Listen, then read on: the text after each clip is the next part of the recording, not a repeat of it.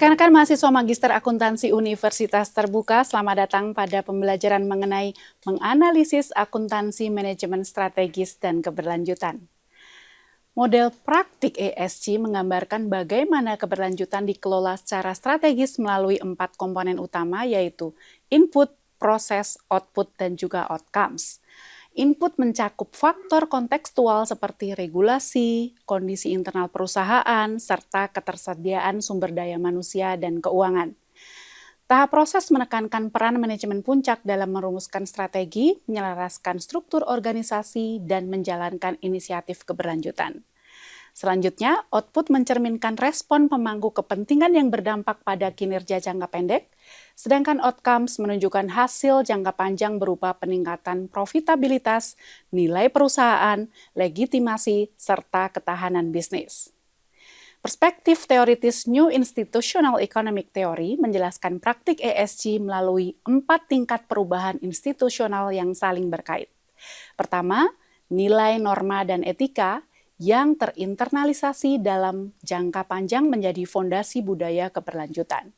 Kedua, regulasi di tingkat negara membentuk lingkungan institusional yang mendorong penerapan ESG. Ketiga, organisasi mengadopsi kebijakan sebagai respon terhadap tekanan eksternal tersebut. Dan keempat, kebijakan tersebut diimplementasikan pada tingkat individu dan operasional dalam aktivitas sehari-hari. SPSC merupakan pengembangan dari balance scorecard tradisional yang mengintegrasikan dimensi ekonomi lingkungan dan sosial ke dalam sistem pengukuran kinerja perusahaan.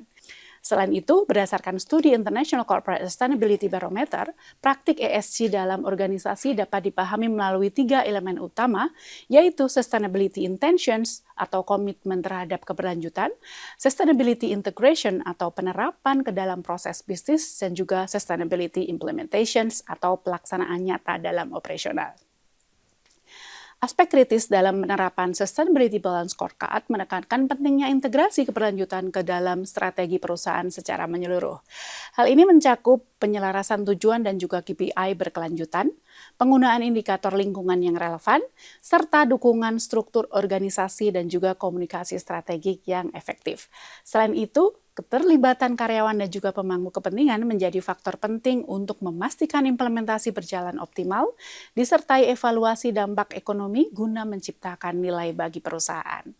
Peta strategis keberlanjutan digunakan untuk mengintegrasikan tujuan strategis perusahaan dengan risiko keberlanjutan serta indikator kinerja yang relevan, sehingga organisasi dapat mengelola kinerja secara lebih terarah. Manajemen kontrol sistem melalui pendekatan 4 level of controls menjadi kerangka penting dalam implementasi keberlanjutan organisasi. Sistem ini terdiri dari 4 tuas utama, yaitu belief system yang menanamkan nilai dan visi keberlanjutan sebagai pedoman organisasi, serta boundary system yang menerapkan batasan etika dan kepatuhan agar aktivitas tetap sesuai aturan. Selain itu, terdapat diagnostic control system yang berfungsi memantau dan mengevaluasi kinerja secara terukur, serta interactive control system yang mendorong dialog strategis dan pembelajaran organisasi untuk menghadapi dinamika lingkungan bisnis. Keempat tuas ini saling melengkapi dalam memastikan keberlanjutan berjalan secara efektif dan terarah. Terdapat keterkaitan antara Sustainability Balance Scorecard dengan model Kotter 8-Step Changes Management Model untuk memastikan keberhasilan transformasi keberlanjutan dalam organisasi.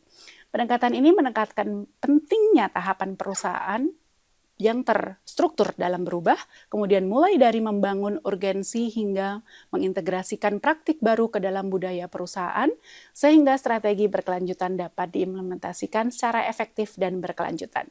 Demikian pembelajaran kita mengenai menganalisis akuntansi manajemen